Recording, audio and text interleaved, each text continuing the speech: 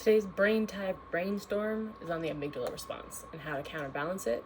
So the amygdala response, fight, flight, has actually been expanded now to include four terms total. So fight, flight, freeze, fawn.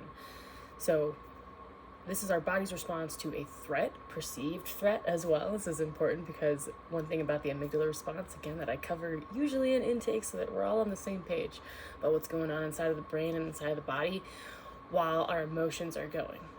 The amygdala response is just, again, to a perceived threat. So I think that lion is chasing me and wants to eat me.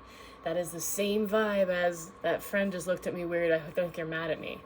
Our body doesn't distinguish the difference between those threats or perceived threats. So it literally feels like if my friend is mad at me, it feels the same as a lion is chasing me and wants to eat me. So we got to first address that this feels very real inside of our system. It is a real thing going on. However, the truth of the situation is what we're questioning and what we're training our mind to learn to question. And so the amygdala response puts us into that mind frame, and it does that because the amygdala in the back of our brain, near the brain stem, it turns on and then it shuts down everything else that isn't just survival oriented. So the prefrontal cortex stops getting blood flow, stops getting oxygen to it because the amygdala goes, that's not important right now.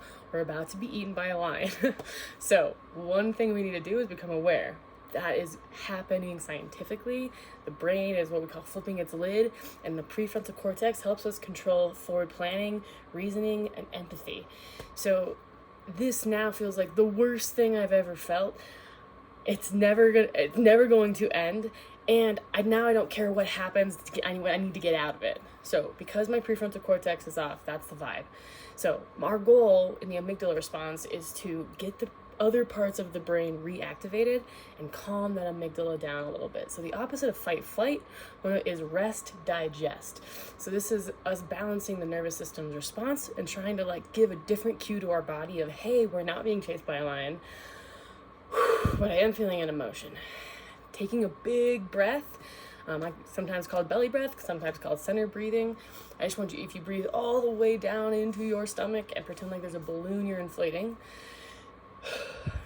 the vagus nerve,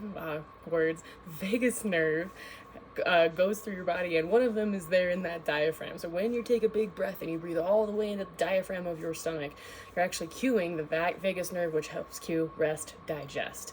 So counterbalancing that amygdala response that put us into fight flight very quickly, automatically, as a response to that perceived threat. So we got to be able to go, that feels real. The truth is that I'm just feeling an emotion. Get my brain back. Go to rest digest. Activate my prefrontal cortex. Taking the breath gets oxygen back to that part of my brain. Taking the big belly breath helps cue the rest of my body. Rest digest. We're actually not in danger. So it allows us to process it all. We're coming.